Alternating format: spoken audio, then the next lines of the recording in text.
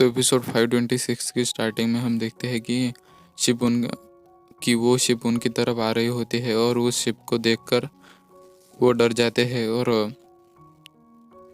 और उस शिप को देख के ब्रूक भी डर जाता है और जो खुद एक स्केलेटन होता है और वो सब उसे बोलता है कि तुम्हें तो सबसे आखिरी में डरना चाहिए था। और उन लोगों को याद आता है कि ब्रूक ने उन्हें कैसे डराया था और उसे बोलता है कि हमें उस समय लगा था कि तुम सच में एक भूत हो।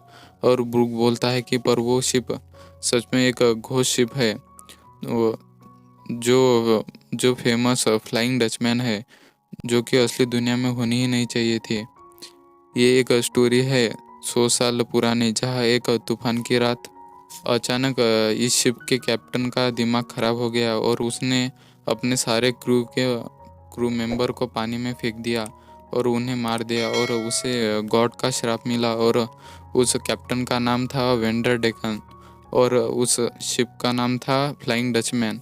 और ये शिप हॉन्टेड है, जो सालों से घूमती जा रही है क्योंकि इस गॉड का श्राप मिला है। और ये सुन के चॉपर और उसाब डर जाते हैं और फ्रैंकी उन्हें बोलता है कि तुम चिल्लाना बंद करो। हमें ब्रूक की शिप भी हमें ब्रूक की शिप भी भूतिया लगी थी, पर वो असल में नहीं थी। हमें बस शिप में एक फनी स्केलेटन मिला ब्रूक।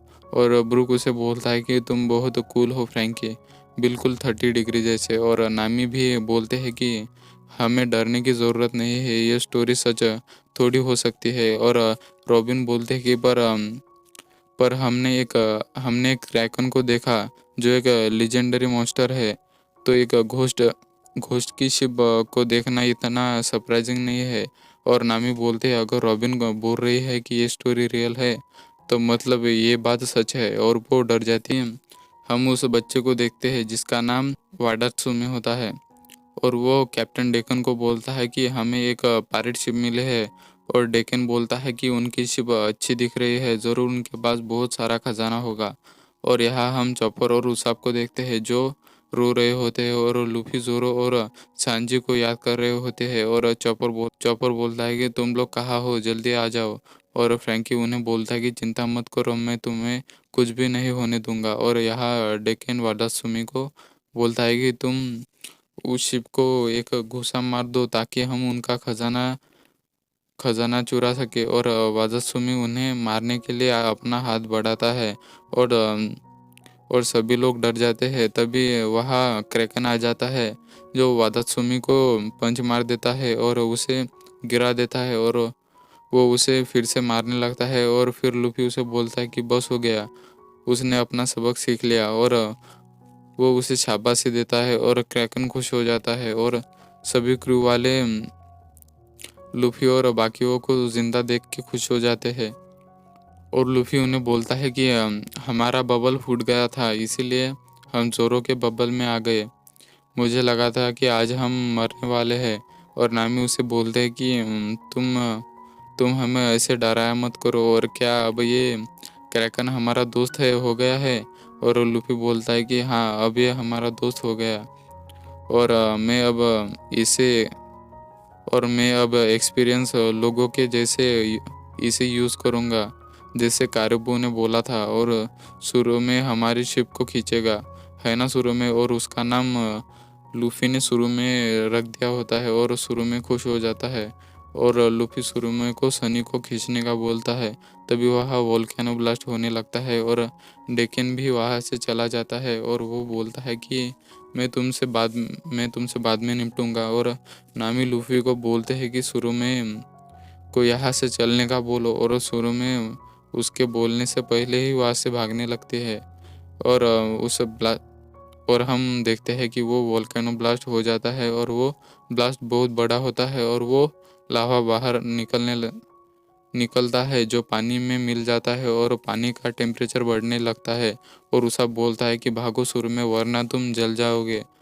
और नामी उसे बोलते हैं कि सीधा चलो। और शुरू में उस खाई में कूद जाते हैं और वो उस लावा से बच जाते हैं। पर उनके ऊपर पत्थर गिरने लगते हैं और जोरो बोलता है कि लूफी तुम मेरे पैर पकड़ो, मैं उन पत्थरों को काट देता हूँ। पर रॉबिन उसे रोक देती है और वो उसे और वो जोरो को बोलते हैं कि हम समुंदर के 8,000 मीटर अंदर है, अगर तुम बाहर गए तो वाटर प्रेशर से तुम मारे जाओगे। और जोरो बोलता है कि तो अब हम क्या करें? और नामी बोलते हैं कि हमें बस थोड़ा टाइम चाहिए इस पत्थरों से दूर जाने के लिए। और उसा बोलता है कि ये तुम मुझ पे छोड़ दो, और उसा अपने ग्रीन स्टार की मदद से उन पत्थरों को रोक देता है।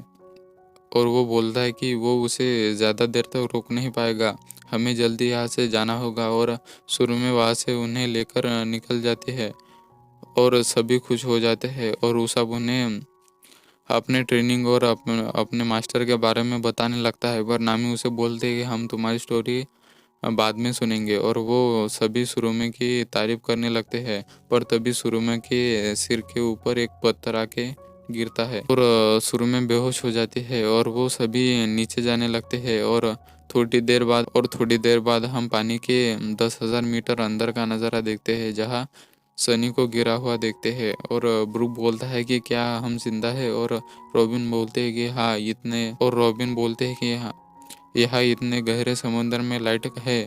और लूफी उन्हें बोलता ही लगता है हम पहुंच गए, जरा वहाँ देखो। और नामी भी बोलते हैं कि ये लॉक पोज यही इशारा कर रहा है। हाँ हम पहुंच गए, वही है फिशमैन आइलैंड। और फिशमैन आइलैंड एक बबल के अंदर होता है। और सांजी मरमेड के बारे में सोचते सोचते बेहोश हो जाता है। और चॉपर उसे बोलता है कि अगर तुमने मरमेड को देखा तो तुम नोजब्लीड से मर जाओगे। और सांजी बोलता है कि पर फिर भी मुझे मरमेड को देखना है। और लूफी बस खाने के बारे में सोच रहा होता है। और नामी बोलते हैं कि चलो हम फिशमैन आइलैंड के अंदर चलते हैं। पर तभी वहाँ बहुत सारे सी मॉन्स्टर आ जाते हैं और वो डर जाते हैं। और लूफी बोलता है कि देखो उनके ऊपर कोई तो बैठा है।